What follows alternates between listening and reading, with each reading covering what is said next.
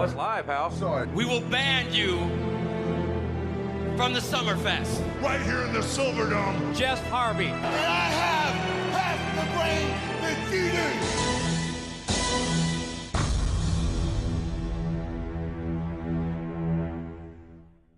Welcome to the Wrestle Hunks Podcast, a podcast where three hunks get together and discuss some of the very worst things you can find on the WWE Network, and the only podcast that knows Corey Graves would never do anything to jeopardize his true love for Mandy Rose. I'm your host, the Mordecai of microphone, Brandon Marlow, and as always, I'm joined by the hunkiest hunk, Brody Price. Hello. Did you get the win in indoor cricket tonight? The fans want to know. 3 runs short. 3 runs short, jeez. Yeah. Was this a grading game? Yeah, so we tanked. Let's just say that. Hey, that's what you want in a grading game. You want a loss, but you want to know that you're competitive. Yeah, exactly. So, smart tactical mind. Yeah, that's why I'm leading the ship. I'm also joined by the IMDb of wrestling and the conqueror of adventure capitalist, Nathan Marlow. Ooh, that's right. That ad last week, I listened to my own ad read and I decided, you know what, I'm going to finish this game. Oh, great game if you want to waste your hours. Hey, when you hear the Wrestle Hunks speak about a product in an ad here, it's not just an ad, it's something we truly believe in. It gave me hours of fun.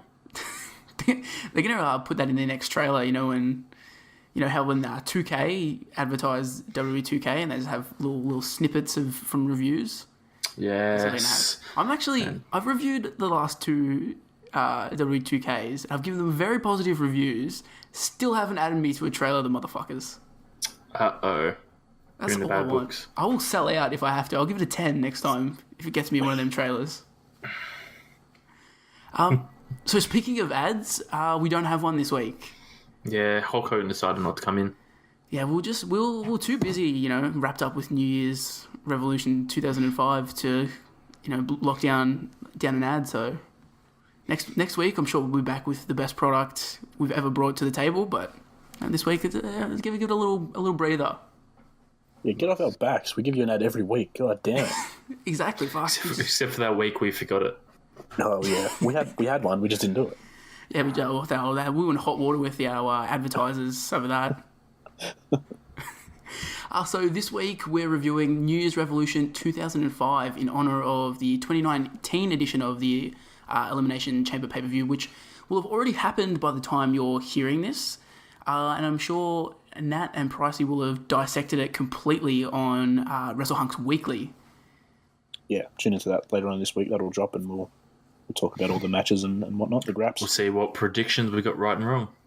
Tune in to find out how highly they rate the Baron Corbin and Braun Strowman no DQ match. Anything below 4 stars is just going to be a disappointment. Yeah. I mean, this feud's been building for months and months, so this is the real payoff. Unless they take it to Mania, which I hope they do. Just see Baron Corbin now doing a shooting star press. And it's going to be amazing. I reckon to really push that match to 5 stars, we need to have Baron Corbin rip off his business attire and expose that weird-looking stomach. Yeah, I miss it. I kind of miss it. So apparently there's a lot of love for New Year's Revolution 2005 going around because this won the poll with, I believe, a record 52% of the vote. None of the other options even remotely stood a chance here. I don't know why they didn't want to watch any of the Elimination Chamber pay-per-views we put up, but I guess there's nostalgia for 2005 now. Was this in our poll for the New Year's episode? I think there was a New Year's Revolution in there, but it might have been the 06, Edge maybe? Cash-In one. Yeah. Which I'm surprised didn't win, actually. Yeah, people wanted K-Fed instead, so... They know K-Fed is a good worker, and they wanted to see him just one more time. It's because the fans know that it was my option and that I'm the best pick. Honestly, I feel like your pick is always the one that just wins in a landslide. I'm the evolution. If anybody else ever wins the poll, it's like, oh, they won by 1%.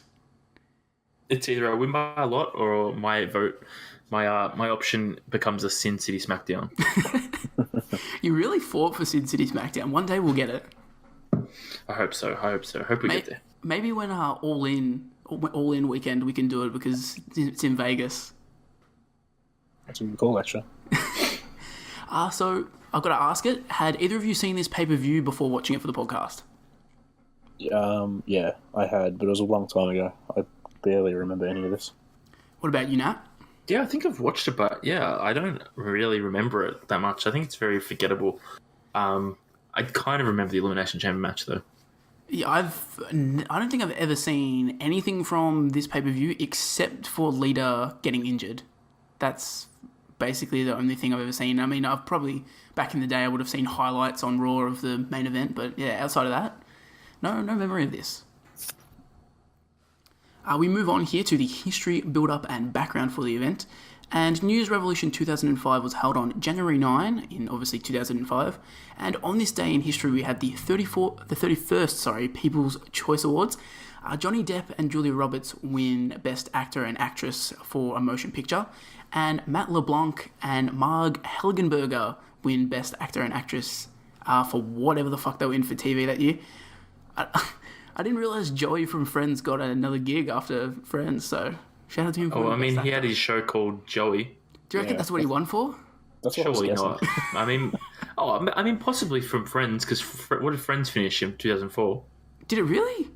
Yeah. Did it run until 2004? Yeah. Well, it 100%. did. It's possible. It ran until the 6th of May, so he actually might have won for Friends. Shit. Jesus Christ. I don't remember him being in anything else, unless it was Joey. He was also in Top Gear. I think, was it the American version of Top Gear he was in? Yes. Wow. I've actually seen an episode with him on it. Oh, gross. Yeah, it's not great. In very important news, though, elections are held to replace Yasser Arafat as head of the Palestine Liberation Organization. He is succeeded by Rawi Fatou. Mohammed Hassan. I don't know. Did he play cricket for Pakistan? I think he did. Is that the name? Why do I feel like I've seen that name before? Arafat definitely is a surname of somebody who played for a subcontinent cricket team relatively recently, I reckon.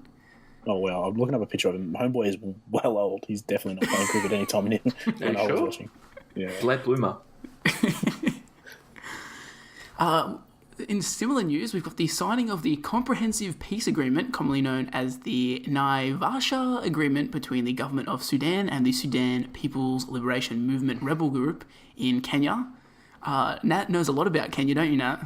I used to live in Kenya. Actually, my Kenyanese friend, he recently came back on Twitter. I'll get him to talk to you, Pricey. He's been offline since 2013. And I need more information about this. I don't know what's going on there. His name's Cricket Info 365. Okay, yeah, I got you now. I'll call him up right now. This is gonna be very racist, isn't it? Hey mate, what are you doing? Yeah, or send Brody a message on Twitter. What's his at? Hey, what's your at, Brody? At Evil Brody Price. It's at Evil Brody Price. This is making for a good podcast. It's a quality skit. It's gone well. Well, in more important news, we've got Motley Crue lead singer Vince Neil at age 43 wedding Lisa Gerardini at the Four Seasons Hotel in Las Vegas. Maybe he was in town for this Sin City SmackDown. Nice. We've also got in deaths, there's only one notable death today. It's Gonzalo Gavira, a Mexican film sound technician who had a pretty long knock. He was born in 1925, so... Good innings. Get around him. It was a good innings. In pop culture, the number one film at the box office was Meet the Fockers. And number one song on the charts was Against All Odds by Steve Brookstein. Nice. Yeah, no comments on those. I've never seen Meet the Fockers, and I have no idea who old mate Steve is. Is that TNA pay-per-view theme? Against All Odds? Actually, I mean, it wouldn't surprise me if they used that. Like, it's perfect. It's the actual name of the pay-per-view. So this event, its location was kind of unique because it was held in San Juan, Puerto Rico, in Coliseo de Puerto Rico. And I believe this is still the only time the WWE have gone to Puerto Rico, unless either of you know of a different time that they headed south. I think it's I've South. tried to think of times that they would have done it, and I can't really remember anything. I think they really missed the boat to head to the Shining Star of the Caribbean when the Shining Stars were a thing. Oh, mate. What a time. You know this pay-per-view sold out in a month? Yeah, they mentioned that kind of during the broadcast. It sold out real quickly, and when you see the crowd, it's easy to understand why they are nuts for it. They're red hot. I mean, Puerto Rico is a pretty big wrestling country, isn't it? So why wouldn't they go there more often? Yeah, I don't know why they don't go there more often, because Carlito's old man runs the place, and wrestling's pretty ingrained in their culture, so I don't know why they didn't go back there. Especially, why didn't they go back there with Carlito? Like, everything I've heard about Carlito is that he was over nuts in Puerto Rico. So surely, I don't know, give Carlito a world championship match or something. Go back there.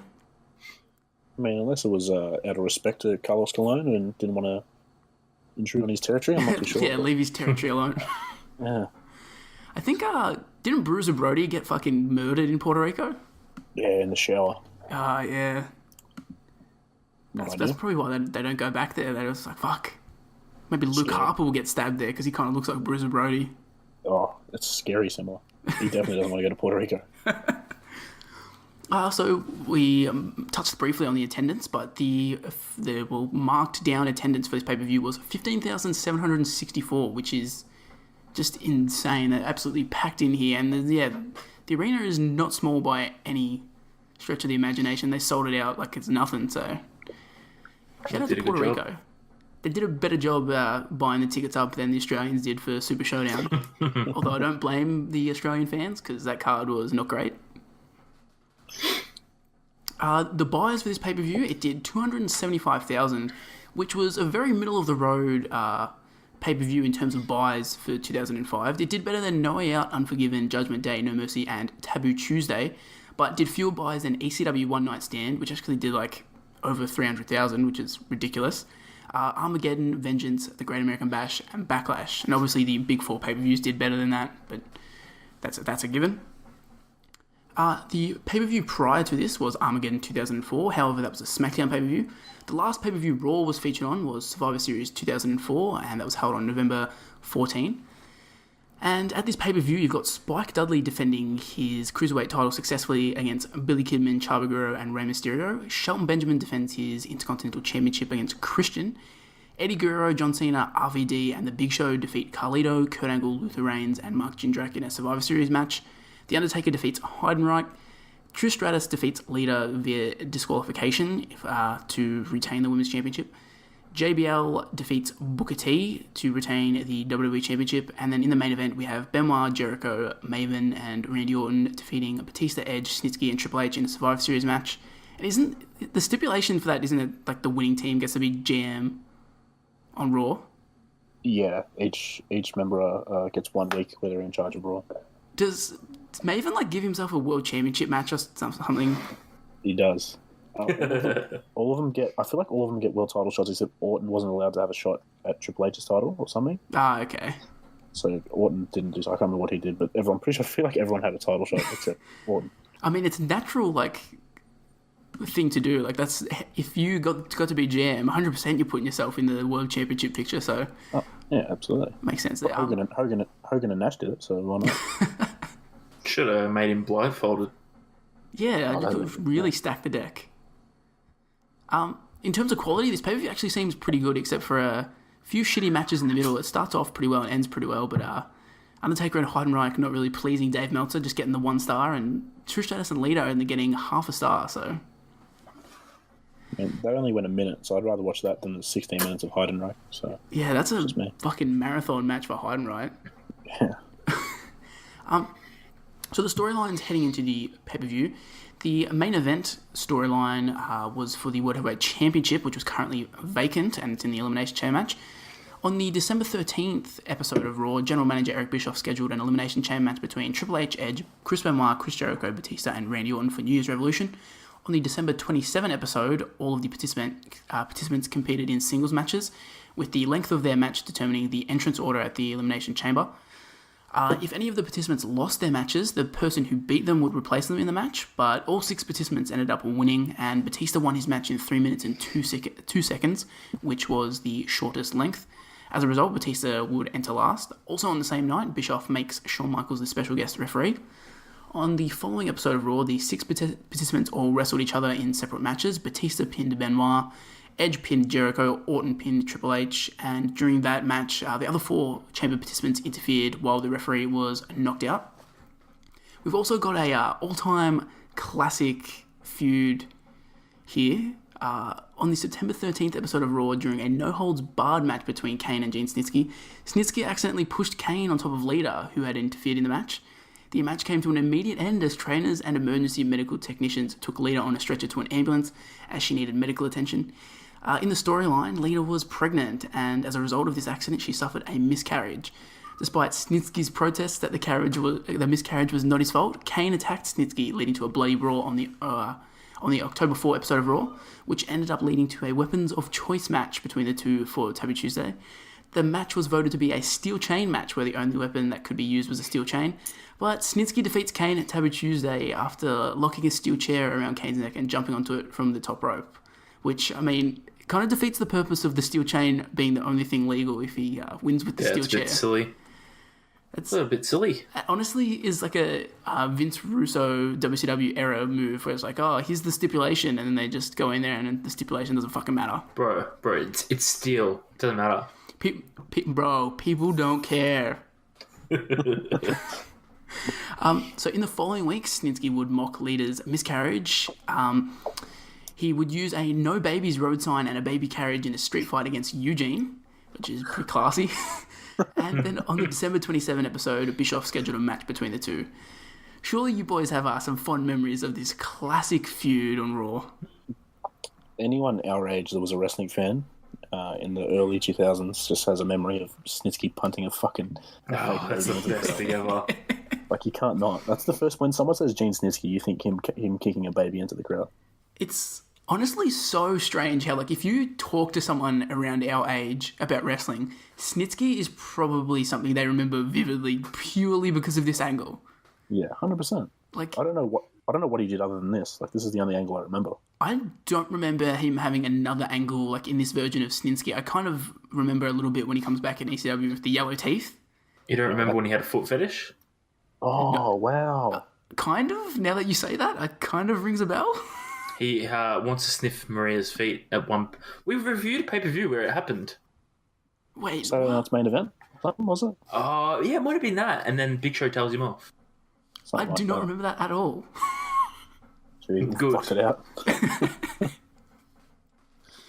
But yeah, it's not the classiest of feuds, but definitely memorable and probably better than the time Goldust was involved in a miscarriage angle. So at least it's better than that. He was in a miscarriage angle? Is this before my time? Or? Marlena, is it? Marlena, yeah. Yeah. She is implied to be pregnant. She gets knocked off the apron by, I can't remember who. Bruce Pritchard brings it up all the time. And she miscarried. D-Loy or Mark Henry. Yeah. So I think she was going by Terry at that stage. They went to the well again, and it paid off. They learned their lessons. That's it. They did it the right way. The other major feud here is between Lita and Trish Stratus for the Women's Championship. On the October 25 episode of Raw, Stratus approached Lita backstage and told her that she had gained weight from her pregnancy, which led to Lita attacking Stratus. The same night, a match was made between the two for the Women's Championship at Survivor Series, in which Stratus defeated Lita by disqualification after Lita hit Stratus with a steel chair. On the November 22 episode of Raw, Stratus would defeat Lita and Molly Holly in a triple threat match for the title. After the match, Lita would attack Stratus and cause Stratus to bleed from the nose, leading to her having to wrestle with a face mask on. And isn't this the time where they have the fucking weird ass football fucking opening to Raw? It is. Ready for some wrestling? Yeah. That's genuinely one of the funniest things I've ever seen in wrestling, to be honest. I remember watching that as a kid and I had no idea what it was about. Yeah, I remember too, and I'm like, I don't get this. It's kind of funny, but I don't get it. And then, yeah, it was like late last year, I finally had it explained to me. I'm like, oh, okay, that's even funnier now. Yeah, a little horny pricey back then. He was just like, oh, Trisha's naked, so that's cool. I didn't really care. So on the December 6th episode of Raw, Lita would defeat Stratus in the main event, which was the first time the women had main evented Raw. She captures the Women's Championship here after hitting a moonsault. On the January 3 episode of Raw, a rematch for the title was set for New Year's Revolution, and that same night, Kane would return after weeks of inactivity to save Lita from being double-teamed by Snitsky and Trish Stratus. And, you know, who doesn't want to be double-teamed by Snitsky and Trish Stratus? What a combo that is. But yeah, that's all the storylines leading into the show. The number of dead people on this show is just one. It's Chris Benoit, who was famously framed for murder by the devious Kevin Sullivan. Ooh, we're gonna get him. We're gonna get him. That dude on Twitter, I hope you listen to this episode. Oh, that guy. We're talking about Benoit like you wanted. Oh my god, that's brutal. What was he wanting us to review, even though it wasn't on the poll and he was calling us cowards and shit? Was it Oh, it was the Royal Rumble. He wanted us to... his Royal Rumble? I'm like, no, that's I'm pretty sure that's a decent Royal Rumble from match quality standpoint. We're not going to review it. That was pretty weird. Just some people. You can separate the listeners from the non-listeners. Now, you know, is that you can lead a listener to water, but you can't make him realise that we're not reviewing 2004 Royal Rumble. Yeah. It's just like soccer has a goalie, but Carmella still scored. Hey, that Corey Graves, honourable man. I could have added in. I could have made the number there 3 because technically we witnessed the death of Eugene's left knee and also Lita's left knee. So yeah, a bit unfortunate. And Tyson Tom got his career. Does this actually end his career? No. Oh no, he's at WrestleMania 21. In trivia, we'll talk about it. Ooh. I can't wait. I hope there's discussion on his TNA appearances. There might be. Ooh. So, before the show actually kicks off, we see the Hurricane and Rosie defeating La Resistance. And then we open the proper show with a video package that initially starts as a kind of infomercial for Puerto Rico and then morphs into a promo for the chamber match, which is actually kind of cool. We then, get the pyro and all that, and we see that the stage is all tropical themed, which, again, nice little touch. So, King and JR do their typical thing, and then they throw to the Spanish announcers, and Hugo and Carlos get a fucking massive pop from the crowd here. They get a Stone Cold pop. They just love a fucking fellow Spanish boy. Just absolutely enormous pop. I loved it. They deserve it. I should have started "You Deserve It" chant. They really do. To be honest, they're pretty fucking iconic. They're there through the most popular periods, and they need to be inducted in the Hall of Fame. To be honest, I would love to see that one year. Actually, most people aren't watching the show in Spanish, but they were a huge part of the broadcast. So. Yeah, Get him in. We kick off the show with a tag title match. It's Eugene and William Regal defeating Christian and Tyson Tomko via pinfall to retain the World Tag Team Championships. This match goes 12 minutes and 22 seconds. And Meltzer didn't rate this match. In fact, Meltzer doesn't rate any matches on this card except for the main event, which I'm not entirely sure why. But yeah. So there's not going to be any ratings for these matches, even though some of them are pretty dog shit. And Regal been taken over the top. Eugene on one leg. Wait, rolls up Tomko. Can he hold it? No way! Yes, he did! As for the actual match itself, Eugene comes out dressed as Hulk Hogan here. Eugene ends up giving Christian a wedgie in the match, and Eugene hulks up and gets a massive pop from the crowd. Regal gets busted open the nose pretty badly here as well, but I'm sure it didn't actually affect him that much because Regal is just a tough motherfucker. He's not snorting lines at this stage. Yeah, he's all clean and just fucking loving life. He'll take that blood in his stride. So, as the match kind of, is hitting its climax, Eugene legit injures his knee. He goes for a drop kick and hits Christian, and he actually ruptures his patella tendon when he lands on his left knee. And he's in a fair bit of pain here. And luckily, they've got some wise heads in the ring. I mean, Regal being around is the kind of guy you'd want in this situation. They improvise and get a roll-up win for Eugene. After the match, Regal kind of cuddles Eugene while the trainers didn't attend to him, so I appreciate the kind of keeping the kayfabe alive there. But yeah, what did you guys think of the opening match here, which kind of has to end before it was supposed to? I've got here that it was a fun start. I enjoyed the spots that Eugene does, the junkyard dog headbutts, and then like he sort of pees on him like he's a dog. Like I enjoyed that.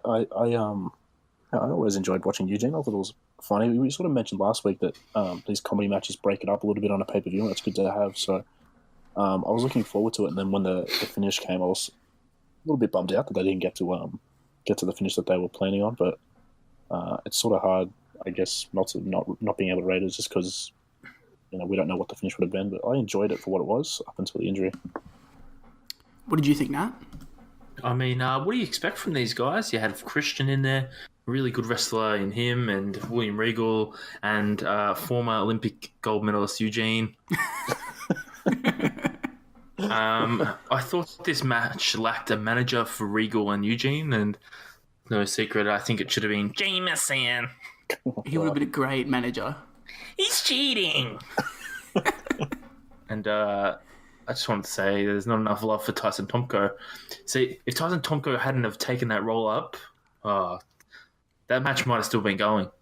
still going to this day. Exactly. Good wrestling smarts by Tyson Tomko. Honestly, I thought Tyson Tomko was way better in this match than I was expecting. I thought he was going to be like... He was. He did really he did what he could. But yeah... He knew his limits. I honestly can't complain about his performance here. I think this is actually a pretty decent match.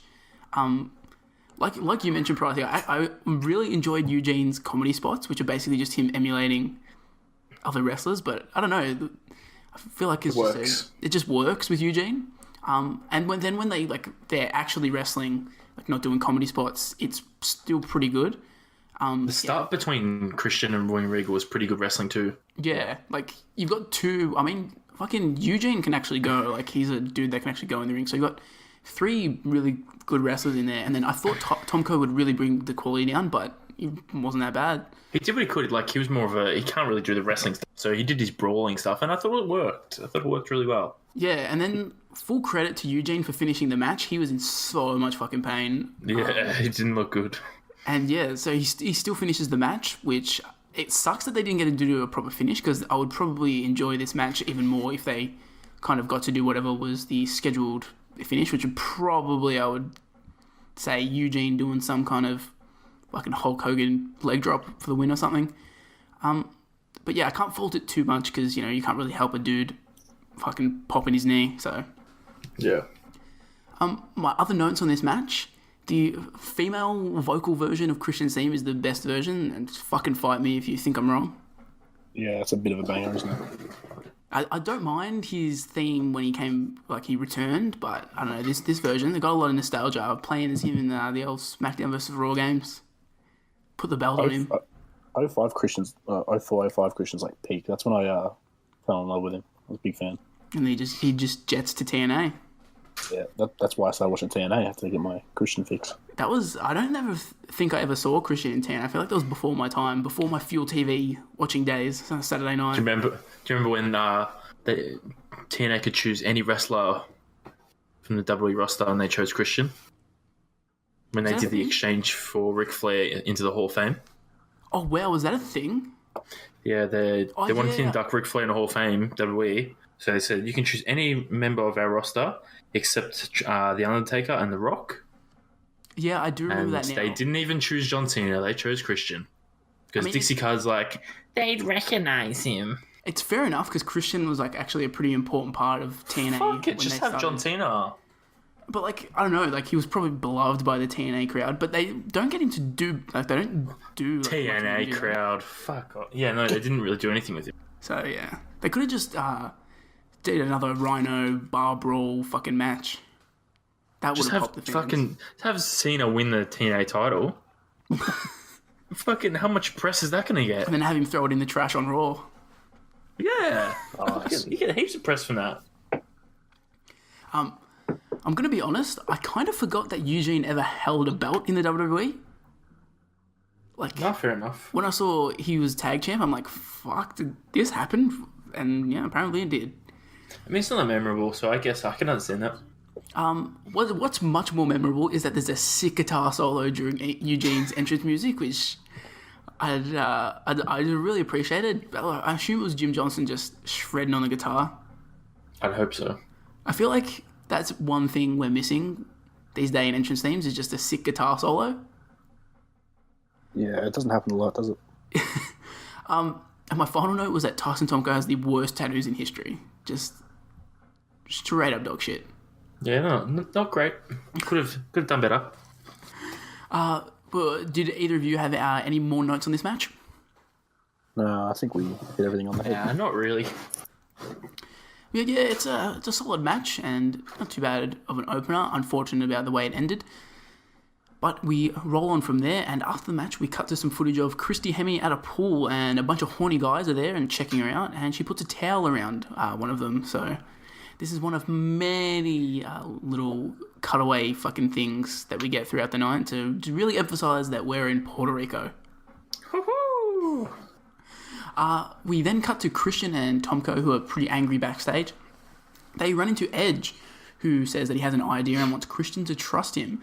Christian tries to get Tomko to jump him, but Edge mentions Christian winning the World Championship, which calms him down, and they both go off screen to kind of talk about whatever Edge's plan is.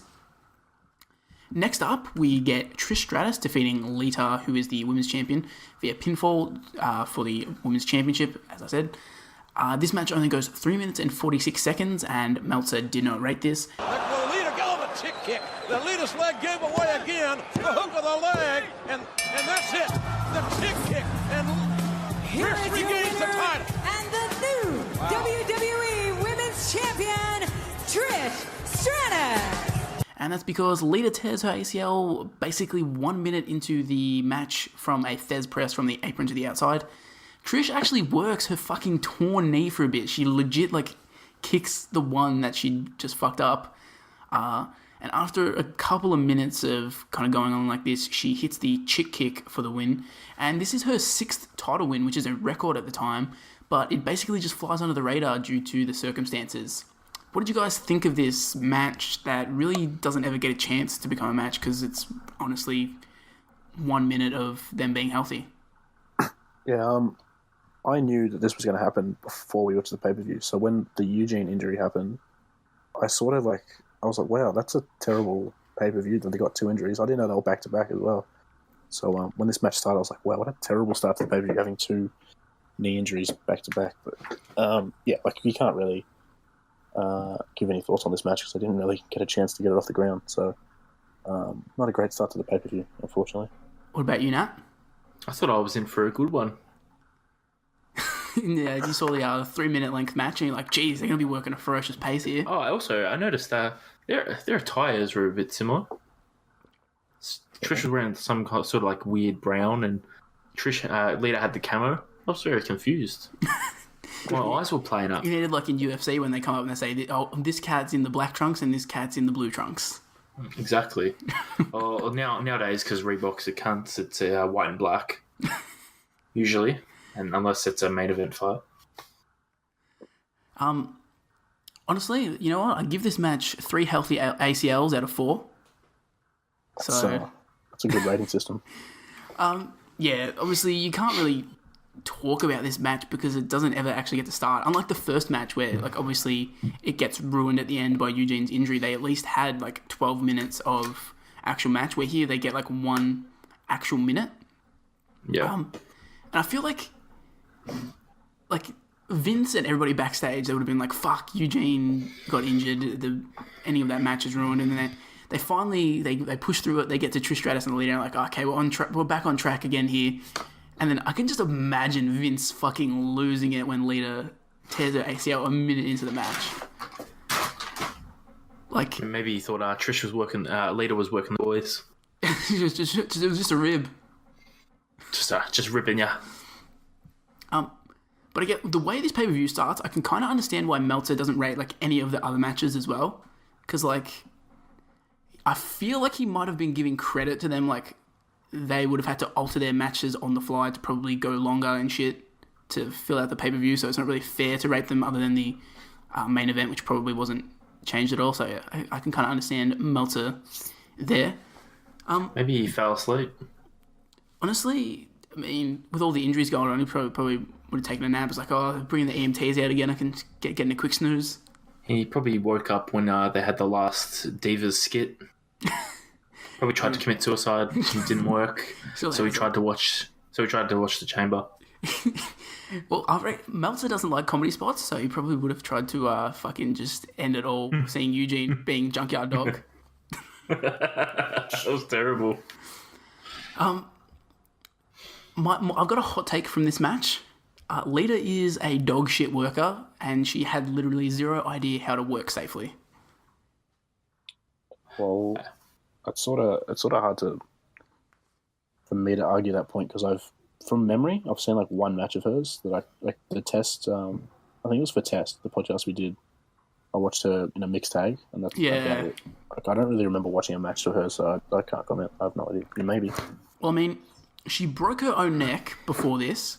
Then on Raw in the championship match where she wins it in the main event, she almost breaks her neck again on a suicide dive. And then here she does the Fez press off the apron.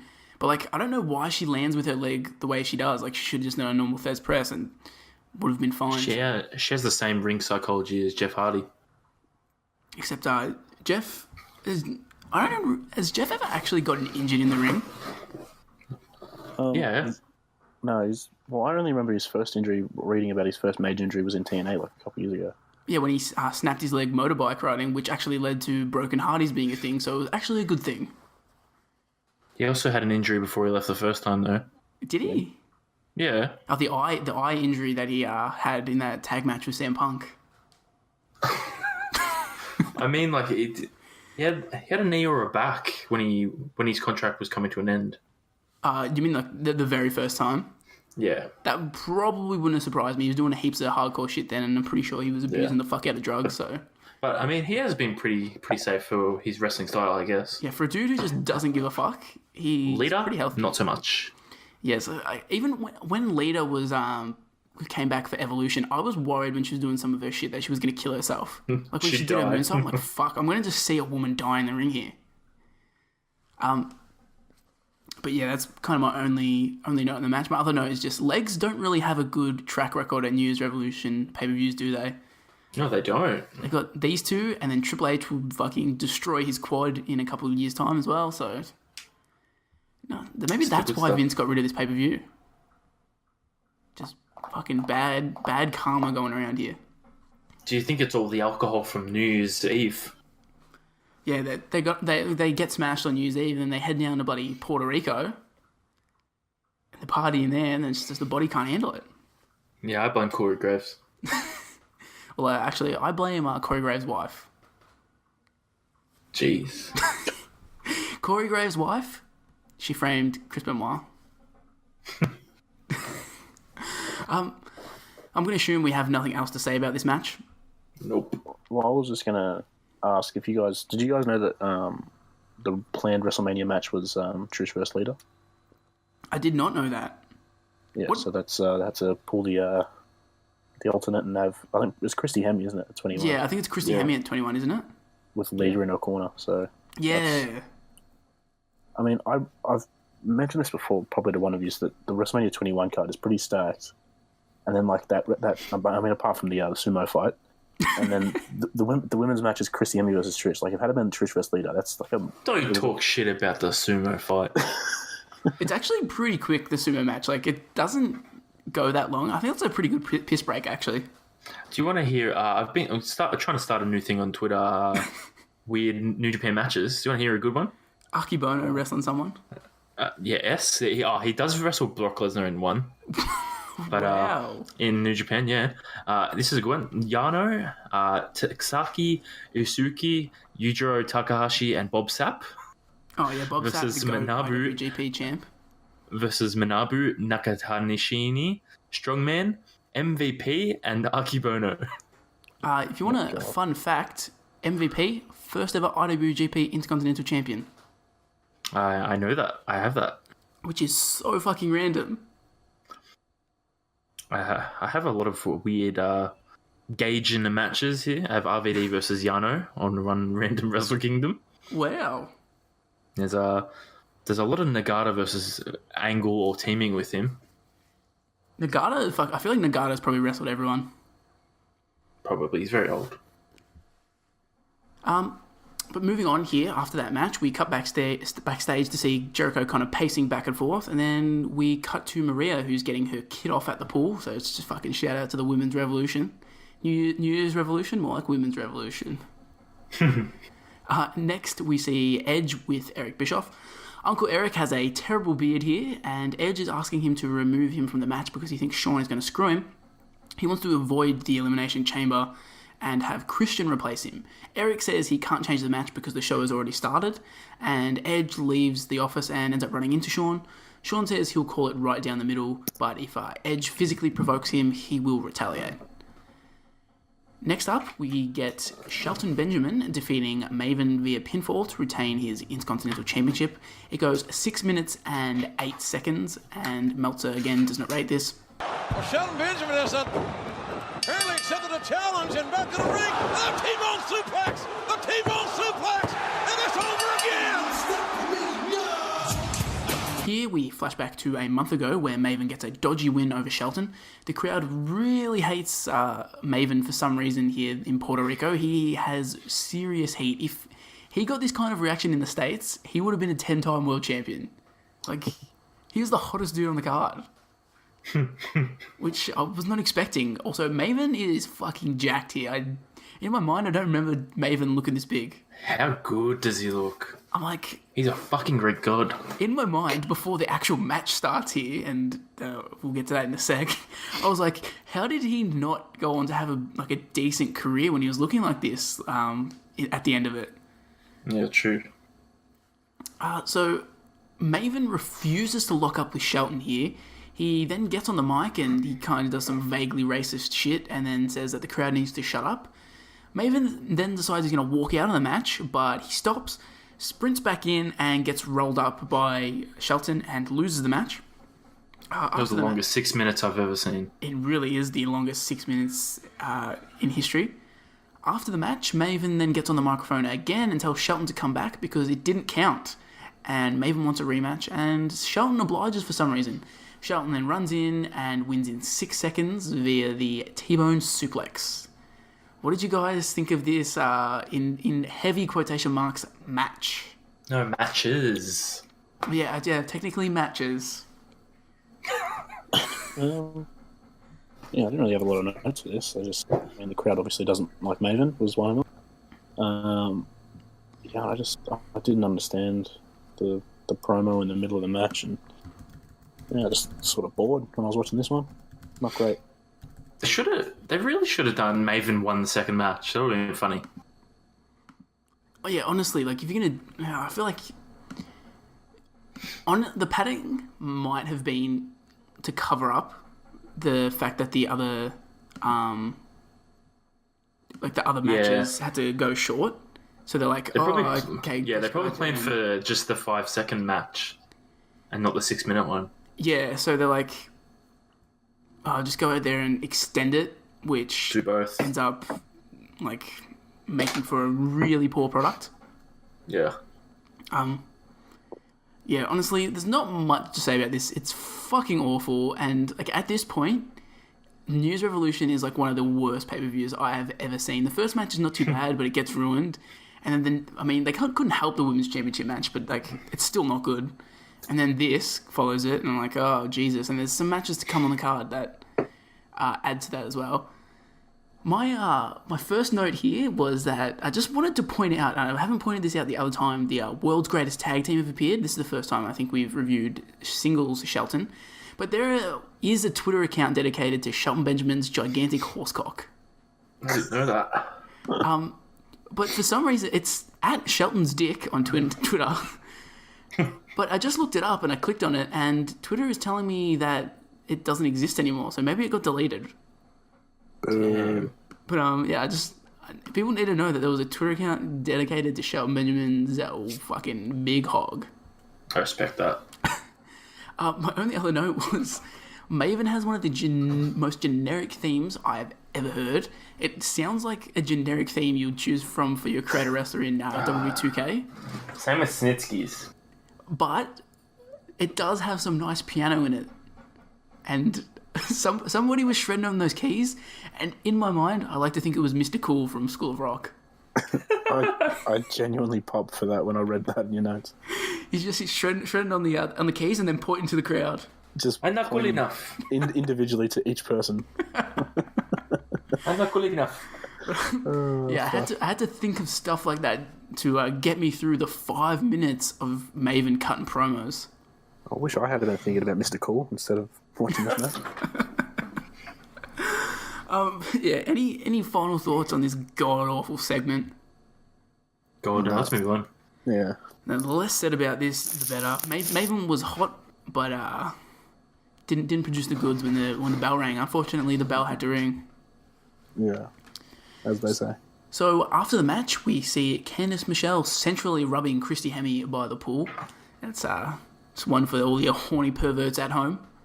Oh, maybe. Next up, we also have another thing for the horny perverts at home. We see Chris Benoit doing push-ups and getting ready to murder the competition. That's good stuff. Before the next match, we see an interview between Todd Grisham and Muhammad Hassan, and Muhammad Hassan's just spitting facts here, and he still gets booed for it.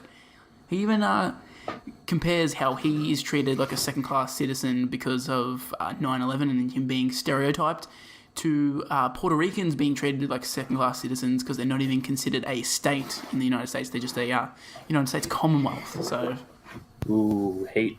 and they still boo him for it. He's just spitting facts. But after that, we get the actual match, which is Muhammad Hassan with Daivari defeating Jerry Lawler with Jim Ross via pinfall in 10 minutes and 51 seconds. Again, Meltzer does not rate this.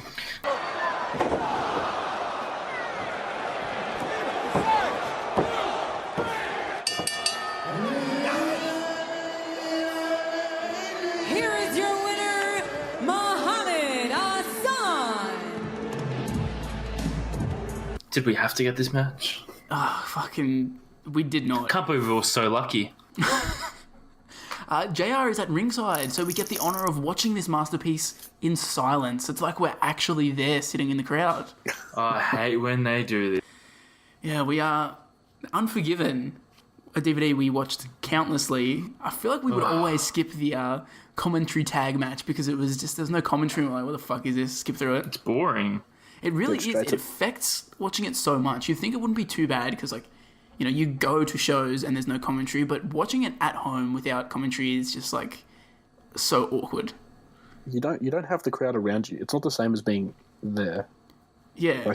When you're there and there's no commentary, it's fine. 'Cause you're in amongst the crowd, it's different. But yeah, having it like this, it's just like, oh, okay, I'm going to sit here for 10 minutes in silence. You just wanted to skip that tag match so you get the big Bill winning the big gold. Hold your belt upside down, Bill. That's true. So basically the entire match here is rest holds and body slams until King starts chasing Daivari around the outside of the ring. He ends up running into JR, who scares him into the ring. But whilst King is distracted with Daivari, Hassan is able to grab him and hit the STO for the win. What did you guys think of this match?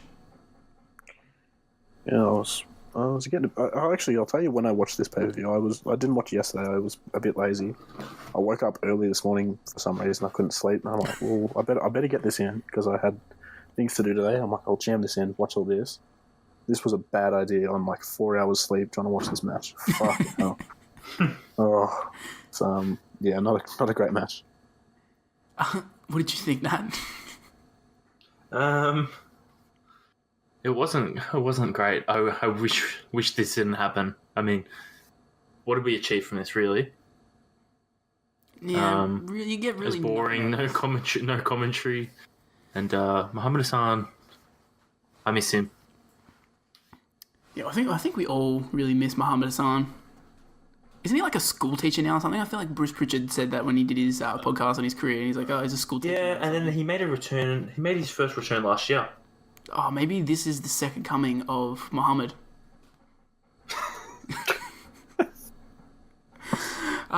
My thoughts on the match: I would rather watch one-legged Eugene wrestle one-legged Lita for 10 minutes with no commentary than this. Like, That's fair enough. I would rather watch those two wrestle one-legged with fucking Mick Foley and Josh Matthews on commentary. That's a pairing right there. I hated this match from start to finish. It's so bad. I cannot believe they wasted Muhammad Hassan's first pay-per-view match on this. He was so hot at the time, and so what do you do his first pay-per-view? Have him wrestle the commentator. Like, was there not one person on the roster better suited for this feud than Jerry Lawler? I'm kind of happy nowadays we don't have like commentators that will wrestle. I hope Michael Cole doesn't wrestle anymore. Like, now we won't get this. What a pain in the ass. Yeah, it's a good thing that Graves is not cleared to compete. I mean, I'm sure Saxton could wrestle, but I don't think he's over enough to get that honour. He's not at King's level. So yeah, it's good that we've moved past King being inserted into random feuds. Like, I mean, King's not too bad, like, in the ring in some circumstances, but here the match is just dog shit. I feel like King is too old to kind of get Muhammad Hassan through to a good match. Like, Muhammad Hassan's still very early in his career. A good example is King versus Miz. Yeah, I feel like basically everybody enjoyed that TLC match. Yeah, and their Elimination Chamber match. Yeah. So, like, theoretically, like, way earlier in 2005, you'd be like, oh, Jerry Lawler match, not too bad, but it doesn't work here. Yeah. Contributing to my hate of the match, the SDO is the worst finisher in wrestling right after the overdrive. Which one's the overdrive? The overdrive is pretty bad. It's where they put like the knee over the head or whatever. MVP's finish, the Playmaker. Yeah, Playmaker. Yeah, no, yeah, fair. In the period of time where Randy Orton was still figuring his shit out, he was figuring out what his taunt would be on the second rope and what his finisher would be. He was doing the overdrive for a bit. Oh, respect. And so I'm glad he chose the RKO, and I'm glad he chose his taunt that he does now rather than holding his wrist. Oh, the overdrive out of nowhere. Overdrive out of nowhere, win the match, get on the second rope, but hold your wrist. Right. Yeah. Imagine how different his career would have been if he had stuck with the overdrive. Jesus. The overdrive out of nowhere, and the people start making overdrive out of nowhere videos. Oh, I'm sure there's memes out there for it. Basically, my final thought here is that now that I'm not 9 years old watching this, Muhammad Hassan doesn't even remotely look Middle Eastern. No, he looks very Italian. I'm looking at him like, yep, you're an Italian dude. You probably could have taken Santino's spot. I'm like, yeah, that's great. You're not Middle Eastern at all, but yeah, 9-year-old me who has a very limited outlook of the world, fucking living in white suburbia, I'm like, yeah, he's Middle Eastern. He's from fucking wherever. He's Middle Eastern because they told me he is. I'm like, why would they lie to me? Of course he is. Vince wouldn't lie. He's the bad guy. He's not from here. Yeah, I know. I used to think he was a bad guy as well. I'm like, fuck him, man. Fuck him. And I'm looking back and I'm like, I don't know, that's kind of messed up. Yeah, I don't have anything else to say except hashtag Muhammad Hassan did nothing wrong. Exactly right. Yeah. So either of you got any final thoughts before we move on? Nah. Well, next up we see everybody's favourite interview with Todd Grisham interviewing Batista. Batista says he's going to win the match because he's jacked, but Orton interrupts. He questions whether Batista... He's what? Because he's Drax. Yeah, because he's Drax. He knows that in the future he's going to be Drax, so they have to put the belt on him. Oh, fair enough. He questions whether Batista will just be one of Triple H's stooges in the match. And after that, we see JR return to commentary, and he's joined by Coach, and we get to hear his banger of a theme. Yeah, good song. This is his best song. I feel like when he returned to commentary last year, I don't think we ever got to hear his theme again, which is disappointing. Next up, we have our final match before the main event, and it's Kane defeating Eugene and Snitsky via pinfall. Goes 11 minutes and 38 seconds.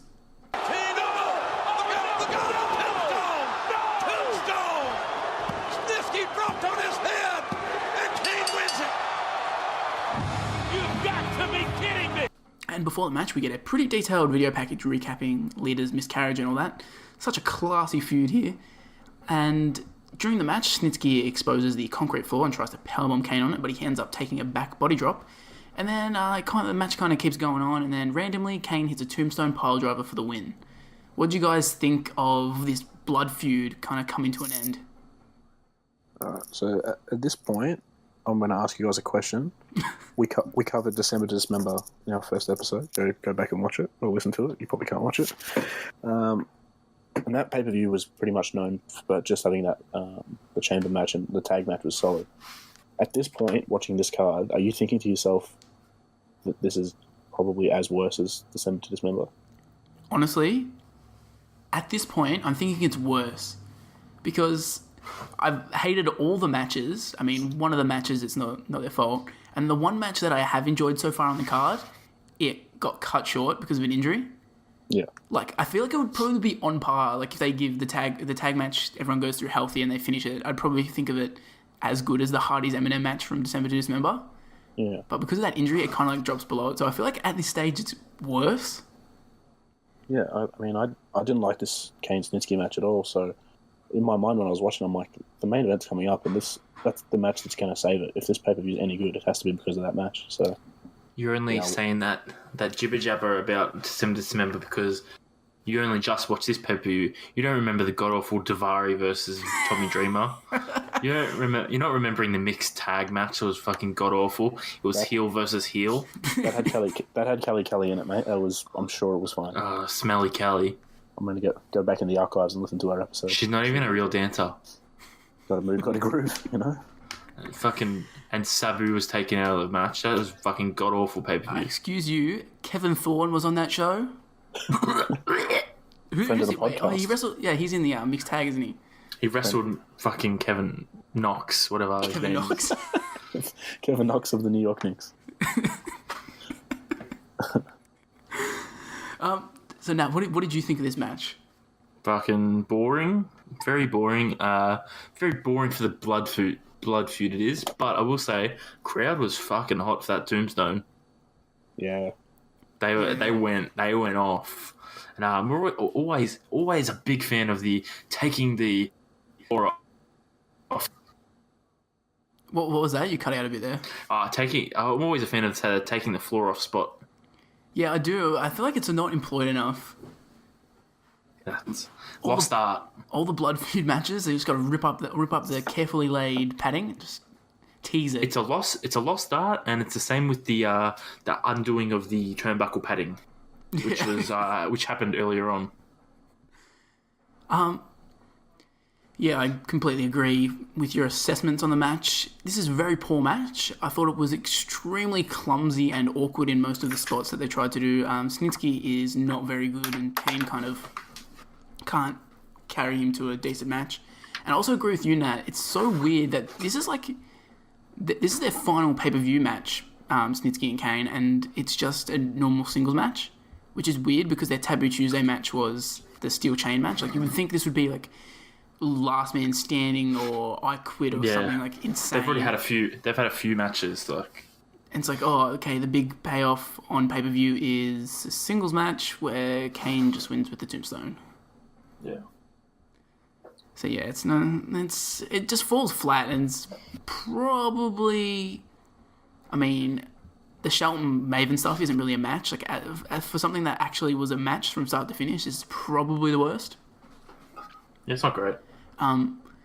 Something I was a fan of in this match is the Snitsky, when he makes his entrance, he gets in the ring, he does a nice little lean over the top rope and yells at the crowd when he gets in there. So that was pretty cool. Oh, that's intimidating. You're a scary dude, Gene. Let me touch your feet. My only other note is that there's a bear hug spot in this match, and because Kane is so big, Snitsky can't really hold him up, so it's god awful because it kind of just looks like he's giving him a cuddle in the middle of the ring. Bear hug spots are awful in general. Don't let Jordan Grace hear you say that. That's her finisher. Oh, great. Big Mama Pump. It's actually Thick Mama Pump. Oh, great. Have fun in Impact. Hey, Impact's cool. I think they got some people in there. Taya Valkyrie, Tessa Blanchard. and the rest. Tessa Blanchard did the four horsewoman sign the other day. Ooh. And she did a caption on her photo, "Birthright," because she's obviously a Blanchard. Ooh. Ooh, that's the real tea. I'm going to be honest, I've never seen a Tessa Blanchard match. You didn't watch All In? I did not watch All In. Okay, fair enough. I heard their match was good, though. This is why you're not excited for AEW, man. You haven't seen all in. Hey, I've seen most of their roster wrestle. They got the best friends, so I'm gonna have to. Have you seen Hangman do the Cracker Barrel spot? I might have. Was that from All In? Yeah, they had a Cracker Barrel out there. I feel like I feel like I saw all of his match with Joey Janela, like all the high spots. Saw them gift. There you go. But back to the match here. Either of you got any final notes before we fucking leave behind all these garbage matches for greener pastures? Were Kane and Lita happily married for a period of time? Yeah? They were. So like he forces her into a marriage, but then she kind of like gets Stockholm syndrome, and she's like, yeah, no, this Kane dude's fucking nice. Yeah, it's they're trying to make the baby. You know, she got pregnant. She's like, I need to make this work. You know, that's kind of weird. Is it implied that she got raped? I feel like it probably was. I don't really remember this. Was this like... Oh, no, this wouldn't have been around Cena Evil time because he does the May 19 stuff then. He would have been filming it around here. Yeah, maybe he probably went and filmed it when he was injured. Yeah, that's probably cool, actually. Maybe they were like, oh, Kane's like super fucked up in this movie. Maybe we'll make him like a rapist and stuff here. That'll be cool. Get the fans going. But yeah, it's a match that takes place. We move on here, and after the match, we get a commercial for an ECW DVD, and I can't imagine anyone would be interested in buying this in 2005. That's what gets. It's very sarcastic. It's very sarcastic. That DVD leads to them bringing back ECW. Yeah, that's what I was going to say. Best-selling WWE DVD. I was going to say, time. I'm like 90% sure that was the best-selling WWE DVD at the time, which leads to... of all time. Is it still the best-selling DVD? I assume so. No one buys DVDs anymore. That's true. Yeah, it directly leads to One Night Stand 2005, which leads to the revival of ECW, which leads to December to Dismember. So basically what I'm saying is fuck this DVD. Wow. Extremely we wouldn't have got DJ Gabe. Yeah, we wouldn't have got Kevin Thorne. Exactly. Mordecai was enough. I mean, Mordecai was unfairly cut short. You should have had a second run. It pisses me off that I feel like we've put up both these pay-per-view matches on polls and they never win. I want to see him wrestle Hardcore Holly. Exactly. Can I mention the next part? You can. Well, we then see King join commentary, and apparently they're just going to go to a 3-man booth here. And I'm just going to say, did you catch what Coach said? Maybe. My best friends. He said yes. He said, "I'm going to comment. I like being here with my 2 best friends." Which are that was hilarious. Which, if you're up on your WWE lore, you know that they're actually not best friends. They hate each other because at Unforgiven 2003, he took King and JR's job with Al Snow, which is such why is Al Snow. I found that hilarious. That was probably the funniest spot of the show. Honestly, I really enjoyed when they made Coach like a fucking actual on-screen character. He was funny. He was. Disappointing. We don't see him much anymore. You know what's not disappointing? We get more pervert pool action after that. We get probably one of the funniest things on the show. We see Simon Dean drinking a pineapple, and I'm like, oh, this is going to be like all the other things, just a short little thing. He'll just, drink a pineapple, and that's it. But he sees a fat dude and then pushes him into the pool. And it's the good stuff. This is the start of an extended little skit here at the pool. We see Stacy Keibler and Val Venus whacking each other with their noodles. Stacy then tells Christy Hemme and Candice Michelle to get in the water, and they're like, yeah, let's do it. Val then puts Stacy on his shoulders, and they say they're going to have a chicken fight, which I did not know was the name for the old fight you have when you get someone on their shoulders and you push at each other. Nice. So Hurricane joins in and puts one of them on his shoulders. I can't remember. I think it might be Candice. And who's the other cat in this? I couldn't Like, They're both, it's Rosie and then Rob Matt Conway. Anawahi. Rob Conway from Low Resistance. is that right? Rosie. And For some Rosie. reason, I was looking at him and I'm like, I cannot tell for the life of me who you are. But yeah, it's Rob Conway. Just look at him. Good skit. Oh, but yeah, the finish of this match, this chicken fight, sees Christy Hemme untying Maria's bikini top, which kind of, she has to cover up, allowing Christy to push her off and get the W. Which, honestly... Pricey was hoping to see some titty. Yeah. Honestly, true, yeah. best match of the night so far. Oh, entertaining. Good high spots. You can't complain. It starts off strong with Simon Dean pushing a dude in the pool, and just it never drops from there. That's probably my favourite part of the pay-per-view. It's real. I mean, it's tough to beat a good Simon Dean segment. It's true. But before we kind of move on to what's happening with the main event, we're gonna get Nat's trivia. It's now time for Nat Tyson Tomko's Terrible Tattoos Trivia. Oh, nice. Hell yeah! We got the brilliant trivia score of Pricey on 6, Brandon, who took the lead last week, on 7. How do you feel, Pricey? You're going to get it back this week, aren't you, mate? Yeah. He might run away with it, to be honest. But Yeah, well, don't get too cocky, because this week's trivia is sponsored by Surf's Up 2, starring John Cena and Michael Cole as a seagull. It's Wave Mania, dudes. Oh hell yeah! I love me some Surf's Up 2 Wave Mania. I love Michael Cole as a seagull. All right, are we ready? I am. Go on, ready. All right, sweet. Question 1. First in, which superstar makes their pay-per-view debut here? Muhammad Almost Hassan. time.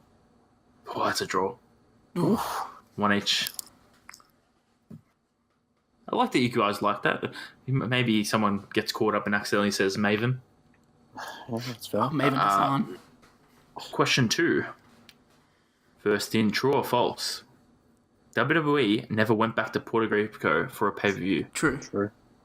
Fuck. There we go, boys. Both. Can't split us. You guys are good. Can't split us. No, it's good. I like the competitive nature. You guys have clearly studied on trivia during the week. I really like it. It's what I've wanted the whole time for the trivia championship. You've finally gotten through to us about fucking, what is it, 7v6? So 13 trivias have gone by and we've hit the books. Hey, we're going to get a winner at this championship one day. All right, question 3. Closest answer wins. How many more pay-per-view matches does Maven go on to have after this one?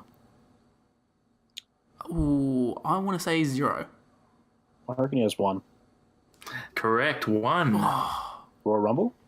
Oh, Jimmy jeez, Rumble? I forgot to mark his one down. I don't think he's at that Royal Rumble. I watched that a lot as a kid. I think it's Backlash. Okay, yeah, fair. Actually, I he think might. it's Backlash. I think he tags with Simon Dean.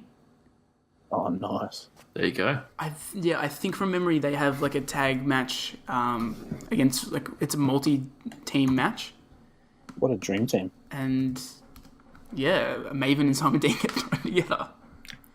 Well, question 4. How many pay-per-views does Tyson Tomko appear on after this? As a wrestler, Yes. I want to. So 2? wrestler.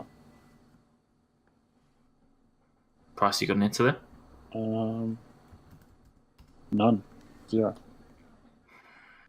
Gonna have to give it to both of you. He had 1. Should have went just 1.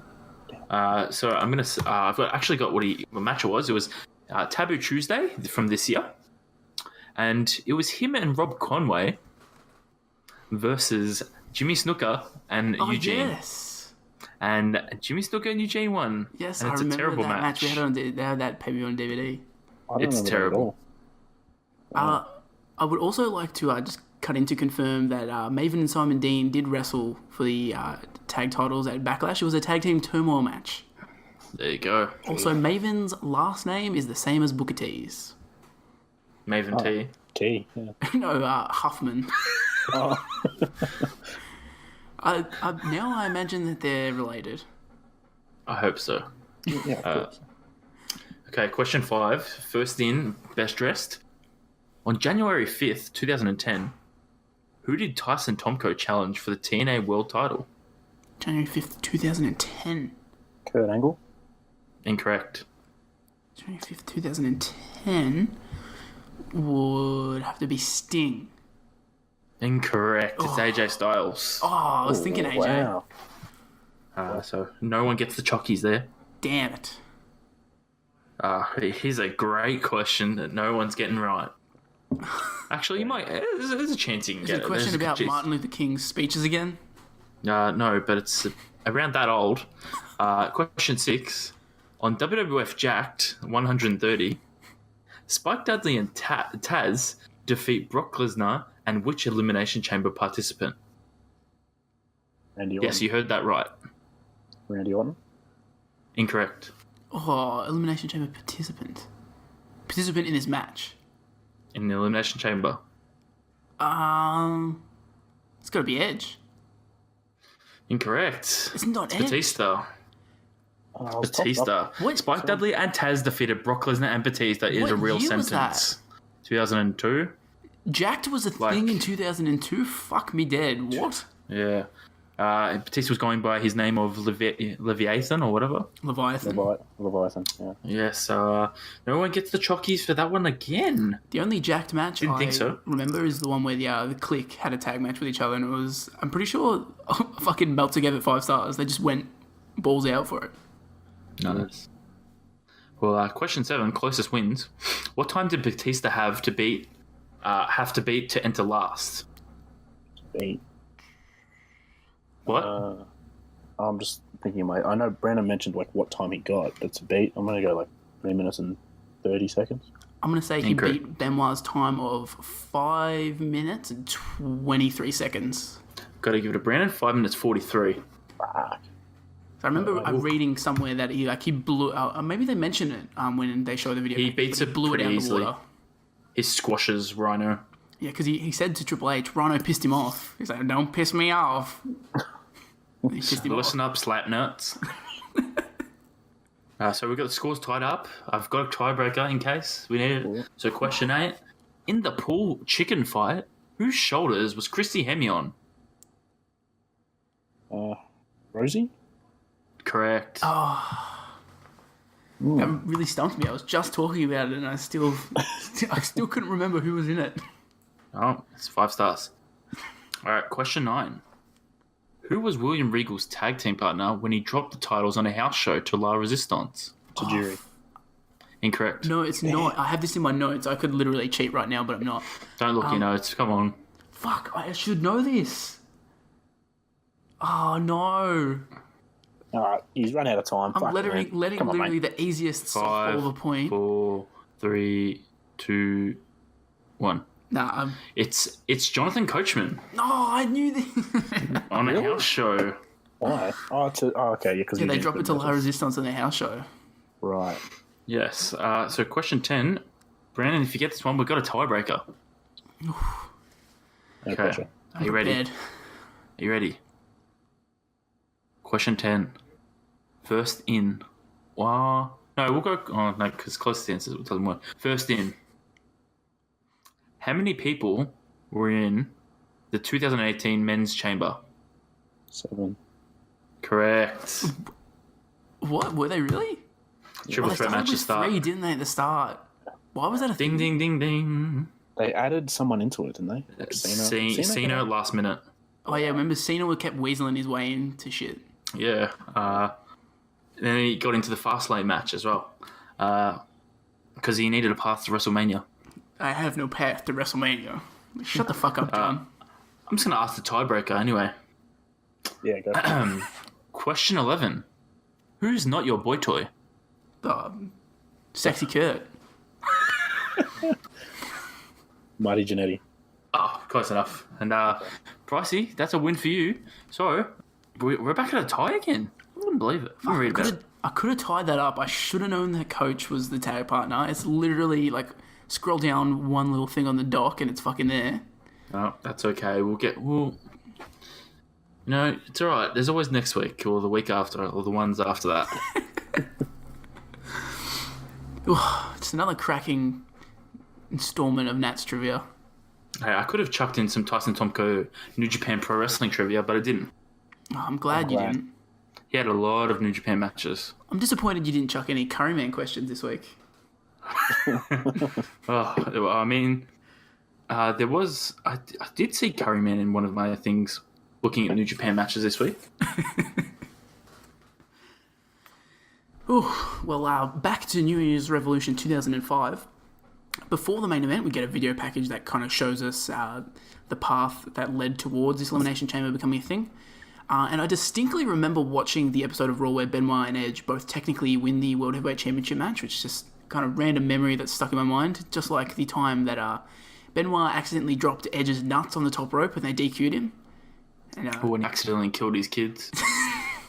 Jesus Christ. You know what they say, the dogs are in the enclosed pool area. When I was typing up my notes, I was trying to think of a way to like incorporate like his text Chavo about the dogs being in the enclosed pool area, but changing it to like something is in the enclosed chamber area.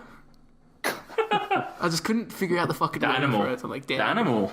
The animal is in the enclosed chamber area. Oh, that's good. Oh, so after that, we cut backstage to Triple H and Batista tells him to relax and says that as long as they watch each other's backs, they'll be fine, unless Triple H is eliminated before Batista enters, and then, you know, Batista could go on and win that belt himself. Eric Bischoff comes down to the ring with the vacant World Heavyweight Championship. He gives an introduction to the chamber and also says, "Welcome to New Year's Revolution." Eric, the pay-per-view has been going for an hour and 45 minutes at this point. We're long past the introductions and welcoming part of the show. Exactly right. I feel like he added this to add time to the pay-per-view. It felt like. Kind of like when Paul Heyman cuts the promo before the Chamber match at December to Dismember to stall for time. I'm telling you, the similarities are eerily similar. It actually is really messed up how similar they are. I mean, even before we get to the main event, it's obvious this is a one match card. Like, yeah, and that's what I was getting at with Nathan. Obviously, this isn't as bad as December to Dismember, but I mean, it's along the lines. That's the same format. It's like December to Dismember's cooler older brother. Yeah. I mean, if that'll help you sleep tonight, Pricey, so you don't get 4 hours of sleep, I mean, go think that. I don't know what's wrong with me, mate. You're going to be up, tossing and turning, be like, why doesn't New Year's Revolution 2005 get so much hate? December to Dismember had Kelly. Exactly. Oh, people don't understand, man. If she had been in a chicken fight, would have been the best pay-per-view of all time. Oh, could you imagine? I'd love to see that. That's what they should have had between Kevin Thorne, Ariel, Mike Knox, and Kelly. I think instead of a strip poker episode, they should have had a chicken fight episode. Keep cutting back during matches to them in the pool. Yes, please. Chicken fight tournament. That would have been sick. So we get the actual main event here finally, and it's Triple H with Ric Flair in his corner defeating Batista, Chris Benoit, Chris Jericho, Edge, and Randy Orton to win the vacant World Heavyweight Championship in an Elimination Chamber match with Shawn Michaels as special guest referee. It goes 35 minutes and 1 second, and Dave Meltzer rates this. He gives it 4.25 stars. Triple H. Oh, no. Yes. He wants to do this thing the right way. Orton's knocked out. Orton can't even defend himself. Pedigree. Is it academic here? Triple H laying on Orton. The count. And the game has won the world title. Which is, I feel like it's probably one of the highest Elimination Chamber matches, if not the highest. Yeah, it sounds pretty high. Yeah, I feel like 4.5 has definitely got to be like top 3 at the very least. Which, I mean, it's kind of expected to get such a high rating when you consider who is in this match. They're literally all Hall of Famers. If Benoit doesn't kill his family, he's a Hall of Famer, so... like, yeah. And everyone in this match is a, like, serious, multiple-time World Heavyweight Champion, except Benoit. Obviously, Benoit only holds it the one time, but fucking Orton, Edge, Jericho, Batista, and Triple H, they've got dozens of title reigns between them, so it's expected that they're going to have a barn burner here. As for the actual match itself, we have Chris Jericho and Chris Benoit starting things off. They both try to lock in their finishes multiple times here, but neither is successful. Then Triple H's pod is the first one to open, and he joins the match, and Benoit gets busted open here. Edge is the next person to enter, and he hits the execution on Triple H, but Triple H kicks out. Chris Jericho then gets busted open, and Triple H gets a cut on his nose. Triple H hits a pedigree on Jericho, but he's too exhausted to capitalize. Randy comes in next, and he hits an RKO on Jericho, but for some reason he doesn't even try and pin him at all. He doesn't even act like he's too exhausted to do it. He just ignores it. Benoit locks in a sharpshooter on Triple H, which leads to Orton hitting an RKO on Benoit. And for some reason, no pins are made here again. Edge tries to spear Orton, but he moves out of the way and hits Shawn instead. He then spears Orton successfully and basically gets the three count, but Shawn can't actually count it because he's down. This leads to Shawn hitting a switch in music on Edge, Jericho hitting a lion salt, and Edge actually getting eliminated. Benoit then hits a diving headbutt from the top of the pod to Triple H, and then Jericho locks in the walls of Jericho on Triple H while Benoit locks in a crossface. And it looks like Triple H is finally done and dusted, but thankfully the clock ticks down and Batista is let into the match and is able to save him. Batista throws Jericho into a cameraman who has to take actually a proper bump, which full respect to that cameraman for taking that bump. Yeah. Because of this, the cameraman, they open up the big-ass door and have to remove the cameraman because he's out. Batista, meanwhile, hits a spinebuster to Benoit and then hits a spinebuster to Jericho on top of Benoit and then pins and eliminates him. Batista hits a Batista bomb to Jericho and then eliminates him.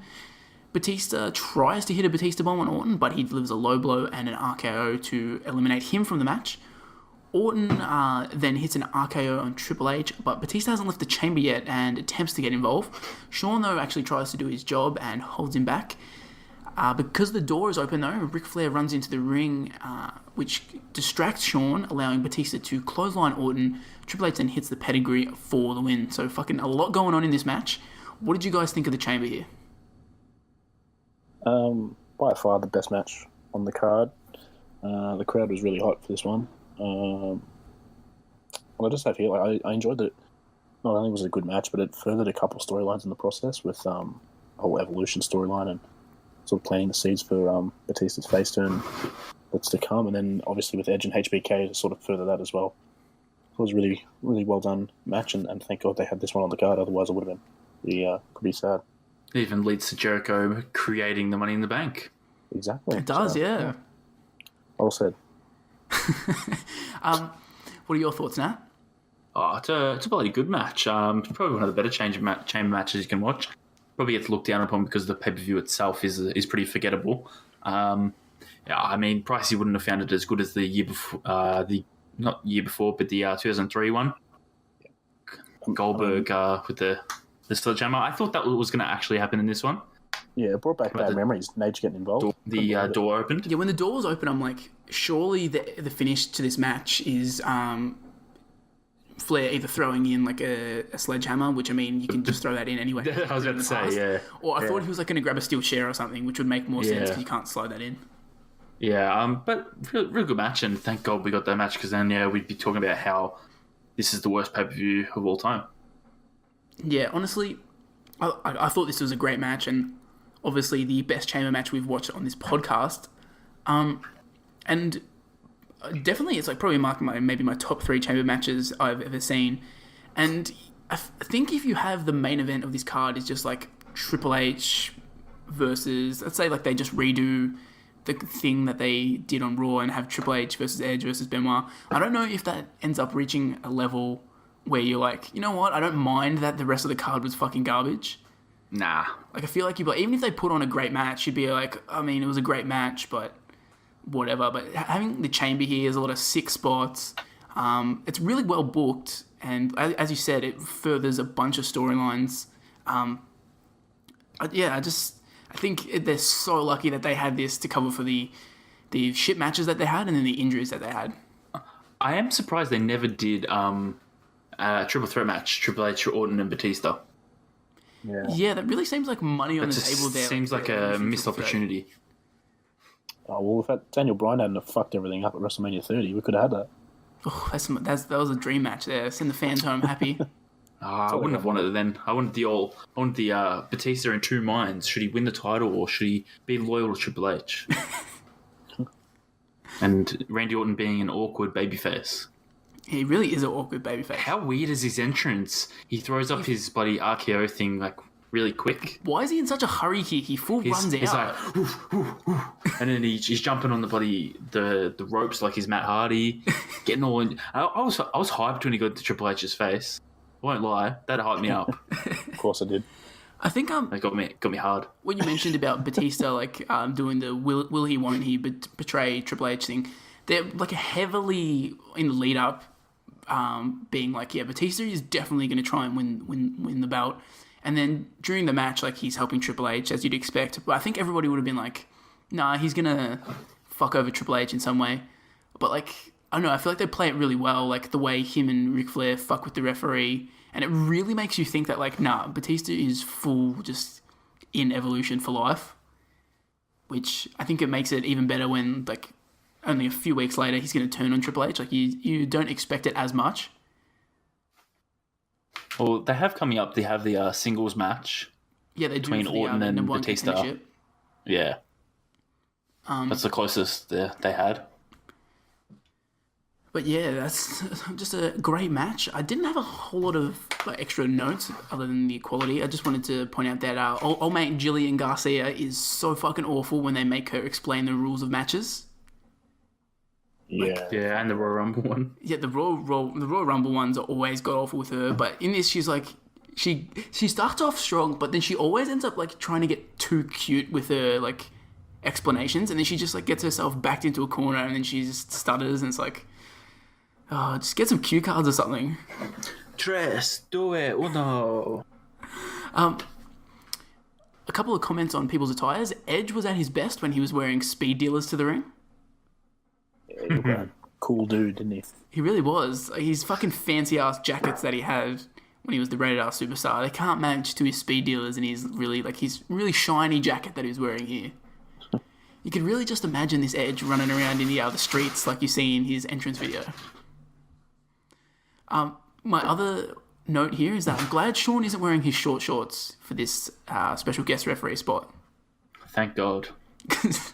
You could see the old Family Jewels in the SmackDown debut episode when he was the guest ref, but here he decided to wear the tracky dacks, and it's like, it's good choice, Shawn. He does tape his wrists though, which is weird. Like the ref, just for that wrist flexing action when he does the pinfalls. Yeah, when he slams his wrist down, just gotta have the strong wrists. Yeah, exactly. But yeah, that's all my notes. Either of you got anything else to say about the chamber? No, I think we covered everything. What about you, Nat? Yeah, I think great end to the pay-per-view. Well, we move on here into the best and worst matches of the night, and I think it's pretty obvious that best match of the night is the chamber match. Yeah. Yeah, easily. Second best, definitely the chicken fight. 100%. By far. I'm not entirely sure what part of that kind of fight requires being related to a chicken, but it happened. It definitely happened. A little bit trickier though. What did we think was the worst match of the night? That is a great question. I'm going to say Snitsky Kane just purely for the time. Yeah, the amount of time it took up. I was tossing up between that and Jerry Lawler's match, but I'll probably go Kane and Snitsky as well. I think Snitsky, Kane, and Muhammad Hassan and Jerry Lawler are pretty even for me. I'm tempted to say Maven and Shelton because Maven made 6 minutes and 8 seconds feel like 60 minutes and 8 seconds. Like, yeah. I dreaded, like, he just kept speaking. I'm like, stop. Where did that 6 minutes, 8 seconds come from? Is that both matches, like, from the first bell to the... No. The very first match. Is that all that is? The very first match. That's how long that match goes for. They actually have on our Pro Fight database, they have the first match and then they have the second match at 6 seconds. I'm like... Yeah, I have 5 seconds. When I first saw that, I'm like, are they fucking with me? I'll just put down the 6 minutes and 8 seconds on. And then when it happened, I'm like, oh, okay, that's... Yeah.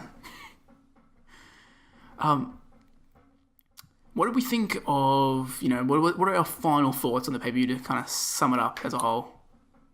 Yeah, we sort of said it. It's just that the chamber match is the one that you want to watch, and you can pretty much just skip the rest of it. There's not too much important stuff that happened throughout the card, and some pretty subpar matches. What about you, Nat? It's a very lackluster show, but it's a very story progressive chamber match, so it's okay on that front, but very very average pay-per-view. Yeah, look, hard to disagree with either of you. It's a really one match pay-per-view. I feel like we'd think about it a lot better if the tag match gets to have their proper finish. And I mean, you'd think maybe Trish and Lita are able to put on a decent enough match where you're like, oh, okay, that wasn't bad.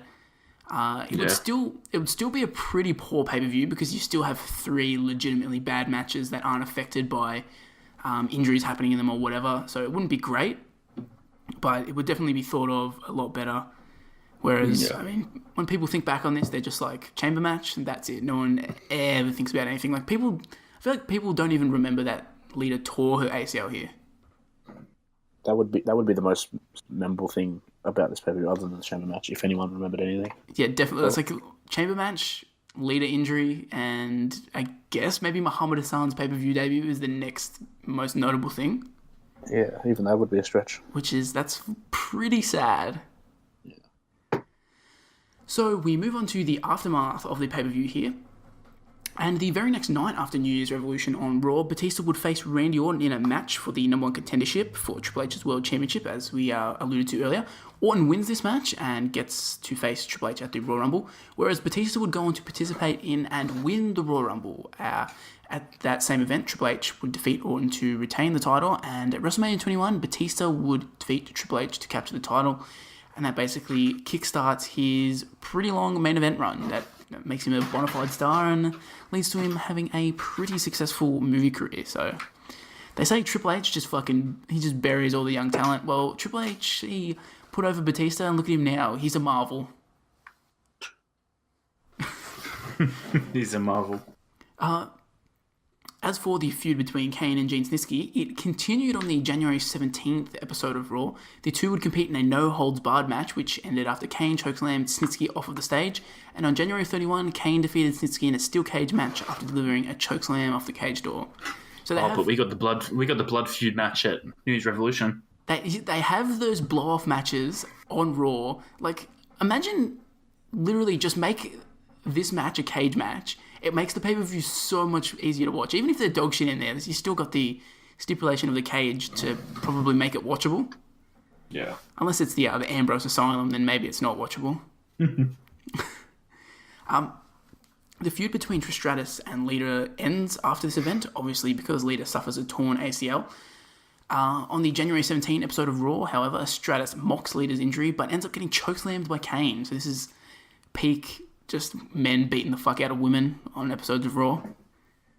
The feud, I guess, technically continues when they go into the Trish Stratus Christy Hemme program, where, as we mentioned, Lita is in Christy Hemme's corner, but obviously Lita can't wrestle because her knee is absolutely destroyed. Yeah. Edge and Shawn Michaels continue their feud. Edge is dissatisfied with Shawn Michaels officiating during the Elimination Chamber match, as you can imagine, and he would defeat Shawn in a singles match at the Royal Rumble and would end up winning the Money in the Bank. And obviously we know how that catapults his career. At a house show in Winnipeg, which Nat mentioned earlier in the trivia, Eugene, who was replaced by Jonathan Coachman after his left patella tendon rupture, and William Regal would lose their World Tag Team Championships to La Resistance, which that's a pretty big boost for La Resistance. They went from being the dark match on the show to winning the belts, which, I mean, good for them, I guess. La Resistance, though, would lose the titles back to William Regal and his new tag partner, Tajiri, on the February 7th episode of Raw, and they would go on to defend their belts against Maven and William Regal. You mean the guy who blinded Nydia? Yeah, that fucking bastard. The black mist, not the green one. I'm also 90% sure Regal and Tajiri had a one-on-one tag title match with Maven and Simon Dean on an episode of Heat. Nice. So if you're looking for any extra, viewing during the week, fans, go seek that match out if it does actually exist. Well, we wouldn't be able to find it on the network. Yeah, unfortunately. I think there's... I know for Velocity, almost all of the episodes of some cat on YouTube's just uploaded them. I wonder if they've done the same for the golden age of Heat, where Charlie Haas was the GOAT. Maybe. So the pay-per-view following News Revolution was obviously the 2005 edition of the Royal Rumble, which was held on January 30. And this pay-per-view, as we mentioned, had Edge defeating Shawn Michaels, The Undertaker defeating Heidenreich in a casket match. He only gets 3/4 of a star. Maybe it got so low because Heidenreich kept pushing the casket away from the ring. He didn't want to go in it. He was really scared, but you got to go in the casket to win Heidenreich. This is actually a kind of poor pay-per-view. We also have JBL defeating Kurt Angle and The Big Show in a triple threat match for the WWE Championship. That gets 1 3/4 stars. I'm a fan of that. I don't really remember it that much, even though we watched this pay-per-view a lot as kids. Big Show goes through the barricade. Yeah, that was one of the first times I remember seeing the barricade spot. Now they do it every week on Raw. Triple H would defeat Randy Orton, as we mentioned, to retain his title, and then Batista would win the Royal Rumble. More importantly, though, Daniel Puder would enter the Royal Rumble at number 3 and get the shit chopped out of him by every veteran they could possibly throw at him. Did you know Daniel Puder had a match against Shinsuke Nakamura in Japan? I did. I'm sure that was a fucking barn burner. I cannot find a photo of it, so I can't put that on my list. Daniel Puder lucked out in that he was around at the time when Antonio Inoki was running the show for New Japan, and he was obsessed with bringing in shoot fighters, which is why you see Bob Sapp win the fucking world title, and Daniel Puder for some reason being there, even though Daniel Puder was green as fuck. And Tyson Tomko. Oh yeah, Tomko, man. Tomko's a legit shoot fighter, bro. You wouldn't want to see him in a dark alley. In New Japan, though, it was his brother who was fighting because it wasn't him because his name was Travis Tomko in New Japan. Oh, Trav. Fuck. But yeah, that basically does us for News Revolution 2005. Thanks for listening to the Wrestle Hunks podcast. You can find the show on Twitter and Instagram at Wrestle Hunks Pod. I'm on Twitter as @SourceMarlow. Pricey is on Twitter as @EvilBrodyPrice. Nat is on Twitter as @NathMarlow. And Nat's friend from Kenya is on Twitter as what's the handle again, Nat? Cricket Info 365. So if you're looking for some either cricket info or updates from house shows in Melbourne, you know what to follow. Oh, soon my @'s going to change because I've got to change my @ because if I'm going to be do a job for teaching, I've got to change it to a gimmick name. Oh, you're going to have to do it.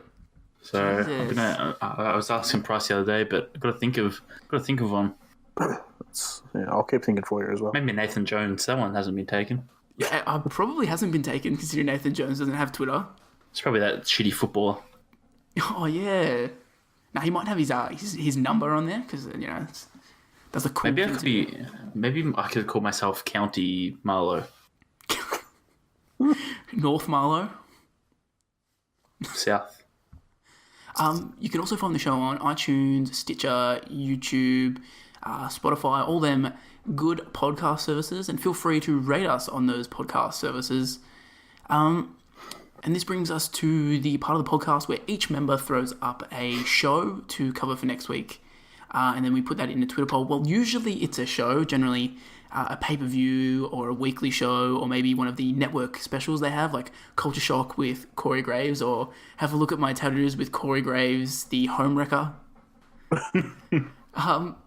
But this week, I kind of kickstarted a theme here. I was having a look at the calendar, and I'm like, nothing really has happened in wrestling history of that notable around this time, so there's nothing to put in there. But I did see that the Oscars were in about a week from now. So I thought, you know what, WWE films, they're a thing, and I would chuck up The Marine, which is probably one of the most notable WWE films that were ever made. So I mean, it's on Netflix, so... Is The Marine on Netflix, the actual Marine? I mean, it was. That's when I watched it. Oof, yeah, I know there's really random ones that are on it. I think Amazon Prime has The Marine 3. I'm like, why don't you have Marine 1 and 2? Just fuck straight to Marine 3. Fair enough. But yeah, I've decided to put that up there. Pricey, what have you thrown to the poll?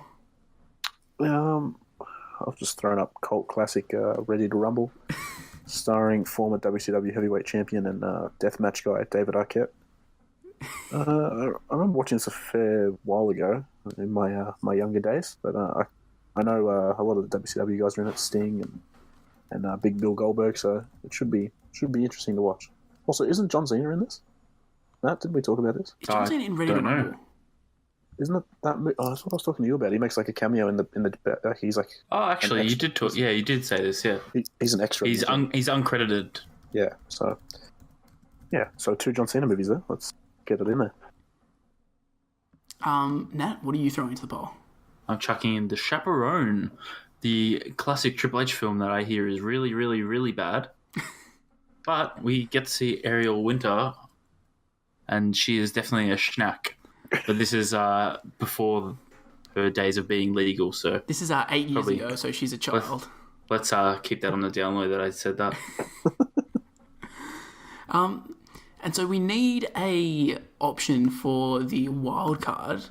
And any of you got any suggestions for movies we can chuck in there for the wild card? I was thinking, because we've got 3 live action movies, maybe a animated movie, but I was just wanted to see what you guys thought. If there's any specific the Scooby-Doo Sin Cara movie. Yeah, maybe that or there's a Flintstones one, isn't there? The Flintstones and WWE Stone Age SmackDown. There's also the Jetsons one. Geez, that Flintstone one isn't going to fit into a Twitter poll. Oh, let's go to the Scooby-Doo one. I don't even think the Scooby-Doo one's going to fit in the Twitter poll. Shout out Scooby-Doo WrestleMania. Okay, I yeah. don't know. Scooby-Doo WrestleMania mystery. Hey, everyone that's listening right now will vote in the poll, so they will know what we're talking about. Right, guys? Vote for Scooby-Doo WrestleMania mystery, because some people might not understand from the poll. So you've really got to be the ones to support it, listeners. But yeah, I really like the field this week. Plenty to choose from. I've just done a quick Google search for all of the options we've put up in the poll to see what the critical response was for them. For the Marine, it's got a 4.7 out of 10 on IMDb, a 20% on Rotten Tomatoes, and a 45% on Metacritic. Ready to Rumble has a 5.3 on IMDb, 23% on Rotten Tomatoes, and 23% on Metacritic. 87% like this film, though, Google users, so... Nice. The Chaperone, 5.1 out of 10 on IMDb, 29% on Rotten Tomatoes, and 33% on Metacritic. And then Scooby-Doo WrestleMania, it only has the IMDb for that, but it's 6.4 out of 10. Jeez. So, I mean, none of them are great. None of them are great, but, you know, they are what they are. We're the Wrestle Hunks. I'm just having a look at the box office here for the Marine. Budget $15 million, box office made $22.2 million. The Marine was a success. Nice. Bang, just like that. When you compare it to Ready to Rumble, only made $12.5 million. I'm sure that Surfs Up 2 made $1 million. The Chaperone, just want to point out, it budget $3 million, box office $14,400. Pretty sure because it was direct to DVD. Yeah, it would have been one of those things where they put it in cinemas, like really like select cinemas. Yeah. Usually that's like fucking like for accounts reason or something. Like I feel like you can write it off, like you don't have to pay taxes if your movie's a flop. Yeah. So like they say the box office, it only made 14,000, but then apparently WWE films make absolute bank, like doing direct to DVD. I'm not sure how the logistics work for it, but like apparently they just absolutely go off and it kills it. Nice. Which is why when someone asks like, why the fuck do they keep making these movies? Well, people buy it at Walmart. It's true. But yeah, so look out for that poll during the week. And do either of you have any final words before we sign off here? No. If you guys want to hear our reactions to Elimination Chamber and this week's wrestling news, get stuck into Wrestle Hunks Weekly a little bit later in the week. What about you, Nat? Anything for the viewers before we sign off? Oh, well, who are you hoping wins the Elimination Chamber, Brandon? Ooh, which one? Or both? Oh, both, I'm assuming. I kind of want Brian to win. Before Mustafa Ali was removed from the match, I kind of wanted him to somehow pull off a win. I didn't think it was going to happen. I feel like Kofi Kingston could actually legitimately win it as like a shock thing, to be honest. I don't think so. WWE posted an article about it today. That ruined his chances. The ding-dongs working at .com. They don't know. And I won't even, do I need to ask you about the women's tag titles? You just say women's wrestling shouldn't be invented. Who do I want to win it? Obviously, I want the Iconics to win it. That's the correct answer. Correct answer. I'm pretty sure Riot Squad are going to win. Ooh, I like that. That's what we said. Riot Squad and then Bayley Sasha get their match at WrestleMania. Riot Squad. That's exactly what we said. It seems like where they're going. I feel like the match on the card that is most unpredictable is probably the SmackDown chamber. Because I feel like they could go anywhere with that. I wouldn't be surprised if Joe won it or something. It's definitely going to be with Daniel Bryan. You reckon? They wouldn't have made him have that title. But then you can get a sick little spot where they fucking burn it in the ring because it's made of hemp. Nice. I would love to see Kofi win it and then the New Day just burning. I think Randy Orton would be the one that would only burn it, though. I mean, if Randy Orton wins that Elimination Chamber match, I'm done. I'll never watch... I won't just quit WWE. I'll quit wrestling. It won't. It'll be Randy versus Styles at Mania. I have no interest in seeing that match, to be honest. Yeah, no. Neither is anyone. I'd rather see AJ versus best wrestler in the world, Shane McMahon 2.0. But yes, tune into Wrestle Hunks Weekly to hear all the wrap-up from Elimination Chamber and to hear the boys discuss in depth Carmella and Corey Graves getting it on. It's already in my rundown sheet for my news. Not only that, but we also got Jimmy Uso getting arrested. Plenty of... the Uso penitentiary. Oh, yeah, I remember seeing that. That kind of flew under the radar, I feel like. Yeah, Gravy Baby's just taking all the news up. So watch this space. Naomi and Carmella get eliminated in 3 seconds tomorrow. Yeah, good call, actually. They both pin each other. They start the match off and they fucking... They just walk out of the chamber. They just pin each other and they're like, that doesn't make sense. Can't wait for Mandy Rose and Carmella to come out and Corey Graves makes a comment. I guarantee he does make a comment. That'll be the most tweeted about thing tomorrow. Oh, so I guess that does it for this episode. It was an eventful one, and we got off as many Corey Graves jokes as possible. But everybody, stay hunky, including you, Corey Graves. Big tattoo hunk, Corey Don't Graves. fuck anyone else's. Do you reckon it? Other. Do you reckon how it happened, how it went down was? He's like, hey, come over to my hotel room. We'll do an episode of Superstar Inc. But I don't have any ink. She's like, oh, I've got tattoos, but I have to get my kid off. He's like, oh, cool. And she comes over and says, where are the cameras? They're hidden, so it's natural.